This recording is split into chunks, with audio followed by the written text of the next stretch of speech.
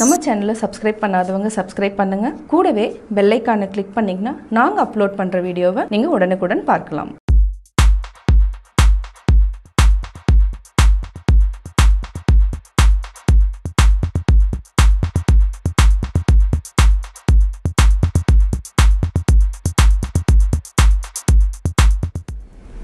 Hello friends, welcome to pebbles.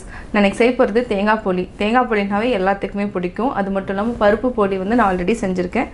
நீங்கள் pebbles Tamil சேனலில் பருப்பு போலி அதாவது லிங்க் நான் கொடுத்துட்றேன். நீங்கள் அதை பார்த்து தெரிஞ்சுக்கோங்க. தேங்காய் போலிக்கு நம்ம தேங்காய் ஒரு மூடி இல்லைனா ஒரு தேங்காய் எடுத்துக்கலாம். இதை நல்லா திருவி வச்சுக்கலாம். கருப்பாக இருக்கிறத நம்ம அதிகமாக எடுக்க வேண்டாம். வெள்ளையாக இருக்கிற பார்ட் மட்டும் எடுத்துக்கலாம். சம்டைம்ஸ் வரும், பட் இருந்தாலும் நான் அதையும் மிக்ஸ் பண்ணி தான் நான் செய்ய போகிறேன். இது கூட நம்ம வெல்லம் சேர்த்து செய்ய போகிறோம். வாங்க எப்படி செய்கிறதுன்னு பார்க்கலாம். போலி செய்கிறதுக்கு தேவையான பொருட்கள் என்னங்கிறத பார்த்துடலாம். ஃபஸ்ட்டு நம்ம மேல் மாவுக்கு என்ன போடுறதுங்கிறது பார்க்கலாம். நம்ம மைதா மாவு 200 கிராம்ஸ் எடுத்துக்கலாம். இது கூட ஒரே ஒரு பிஞ்சு நான் சால்ட் ஆட் பண்ணியிருக்கிறேன். கலர் பிடிக்குன்னா நீங்கள் மஞ்சத்தூள் ஆட் பண்ணுங்கள். எனக்கு கலர் தேவைங்கிறதுனால நான் ஒரு சிட்டிகை மஞ்சத்தூள் ஆட் பண்ணியிருக்கிறேன். இது நம்ம தனியாக பிசைஞ்சு வச்சுக்கலாம். இதுக்கு பூரணத்துக்கு நம்ம என்ன பண்ணுறோன்னா தேங்காய் ஒரு 1.5 மூடி தேங்காய் நான் எடுத்துருக்கிறேன். அதாவது ஒரு தேங்காயில் கொஞ்சமாக கம்மியாக எடுத்துருக்கிறேன். இது கூட நான் 100 கிராம்ஸ் வெல்லம் எடுத்துருக்கிறேன். ஏலக்காய் ஒரு 8 ஏலக்காவை நான் தூள் பண்ணி வச்சுருக்கிறேன். இப்போ எப்படி செய்கிறதுன்னு பார்க்கலாம். ஃபஸ்ட்டு நம்ம மேல் மாவு ரெடி பண்ணிக்கலாம். நல்லா மிக்ஸ் பண்ணிக்கோங்க. கொஞ்சம் கொஞ்சமாக தண்ணி விட்டு பிசைஞ்சிக்கலாம். நல்லா சாஃப்டாக பிசைஞ்சிக்கலாம்.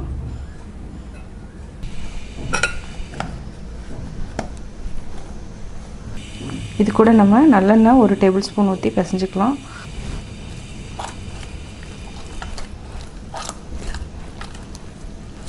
நல்லெண்ணெய் ஊற்றி நம்ம பிசைஞ்சு வச்சுட்டோம். நம்ம இது கூட இன்னும் 1 டேபிள் ஸ்பூன் அளவுக்கு எண்ணெய் ஊற்றிட்டு மூடி வச்சிடலாம். இப்போ நம்ம பூரணத்துக்கு ரெடி பண்ணிக்கலாம். நம்ம ஒரு பேன் வச்சுக்கலாம். வெல்லம் நம்ம ஆல்ரெடி எடுத்து வச்சுக்கிறோம், அதை ஆட் பண்ணிக்கலாம். இது கூட ஒரு 4 டேபிள் ஸ்பூன் அளவுக்கு நம்ம தண்ணி விட்டுக்கலாம். நல்லா கரையிட்டோம்.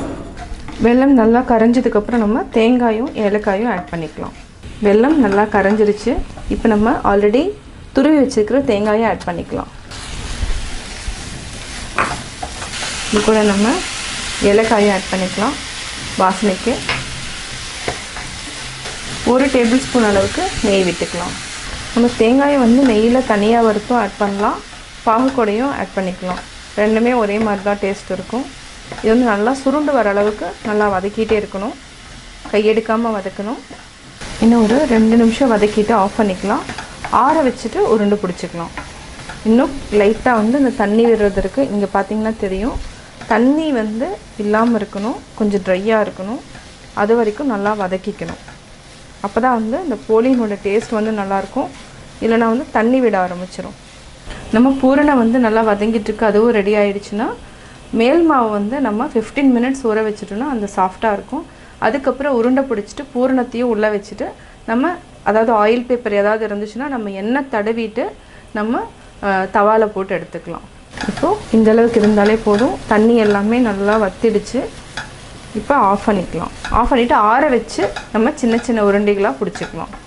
மேல் மாவு நம்ம ஆல்ரெடி எண்ணெய் ஊற்றி வச்சுருக்குறோம். நல்லா மிக்ஸ் பண்ணிக்கலாம். நல்லா கை விட்டு பிசைஞ்சிக்கணும்.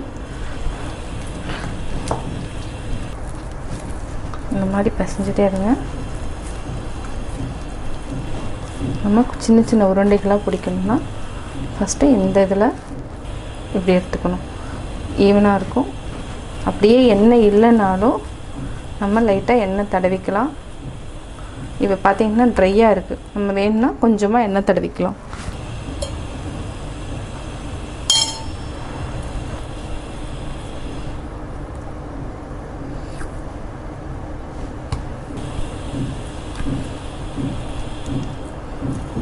அதாவது 1 லிட்டர் ஆயில் பேப்பர் இருந்துச்சுன்னா நம்ம அதை ஓரத்தில் கட் பண்ணிவிட்டு இந்த மாதிரி எடுத்துக்கலாம்.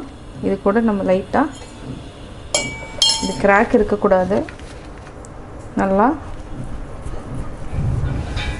உருண்டை பிடிச்சிக்கோங்க.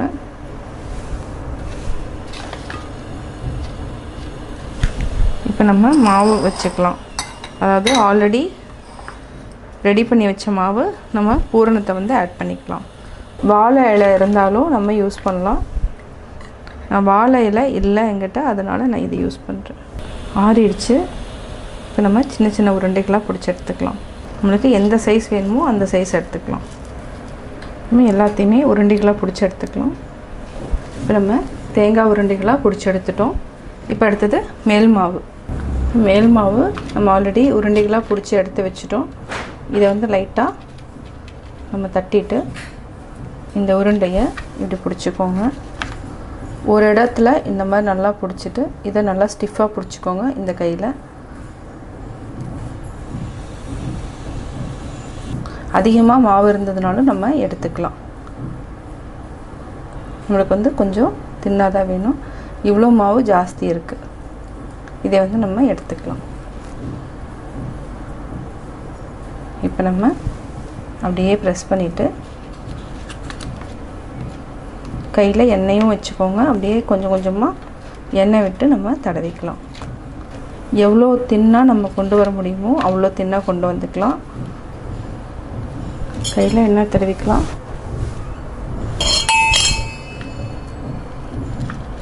எண்ணெய் தடவிட்டால் இன்னுமே எண்ணெய் தடவினா இன்னுமே ஈஸியாக இருக்கும். இப்போ நம்ம தவாவில் போட்டு எடுத்துக்கலாம். இப்போ நம்ம தவா காஞ்சிருச்சு. இதில் ஒரு கொஞ்சமாக ஒரு ட்ராப் வரைக்கும் நம்ம நெய் விட்டுக்கலாம். நெய் இல்லைன்னா ஆயில் எது இருந்தாலும் ஓகே. ஆல்ரெடி நம்ம தேய்ச்சி வச்சுருக்கிற போலி தேங்காய் மேல் மாவு இந்த மாதிரி தெரியணும். அப்போ தான் வந்து நல்லாயிருக்கும். இதை அப்படியே போட்டு தட்டி எடுத்துக்கலாம். நல்லா வேகட்டும்.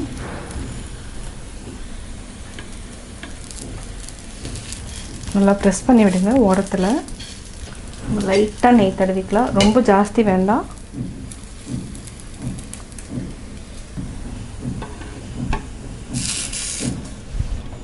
கொஞ்சமாக லைட்டாக நம்ம நெய் தடவிக்கலாம். சிம்மில் வச்சுக்கோங்க, ஹை ஃப்ளேமில் வைக்க வேண்டாம்.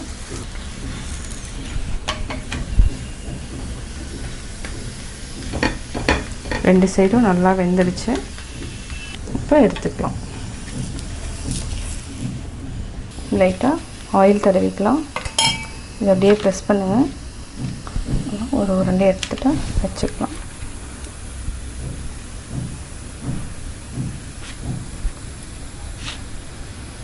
எக்ஸ்ட்ரா இருந்துச்சுன்னா மாவை அதை எடுத்துக்கலாம். இது அப்படியே பொறுமையாக கொஞ்சம் நல்லா தின்னாகிற வரைக்கும் ப்ரெஸ் பண்ணிக்கலாம். வாழை இலை இருந்தாலும் இன்னும் நல்லா யூஸ்ஃபுல்லாக இருக்கும். இப்போ நம்ம போட்டுக்கலாம். கொஞ்சமாக நெய் விட்டுக்கலாம். ஓரத்தில் ப்ரெஸ் பண்ணி விட்டுக்கோங்க. ஏன்னா எப்போவுமே இந்த மாவு வந்து ஓரத்தில் பச்சையாக இருக்கும். அது நல்லா வேகணும்.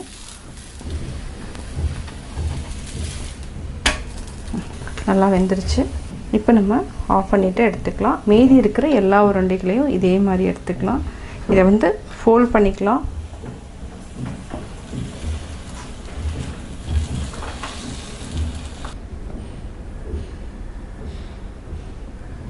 சுவையான தேங்காய் போலி ரெடி.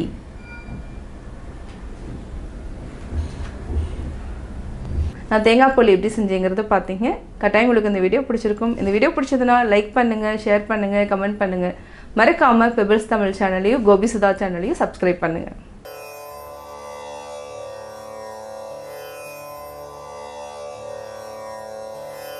கோளில் பொறியில் குணமிலவே எண்குணத்தான் தாளை வணங்கா தலை. கடவுளுக்கு 8 குணங்கள் உண்டு. அப்படிப்பட்ட இறைவனை வணங்க வேண்டும். பார்வையில்லாத கண், கேட்காத செவி இருப்பது எப்படி பயனில்லையோ அதே போல இறைவனை வணங்காத தலையிருந்தும் பயனில்லை.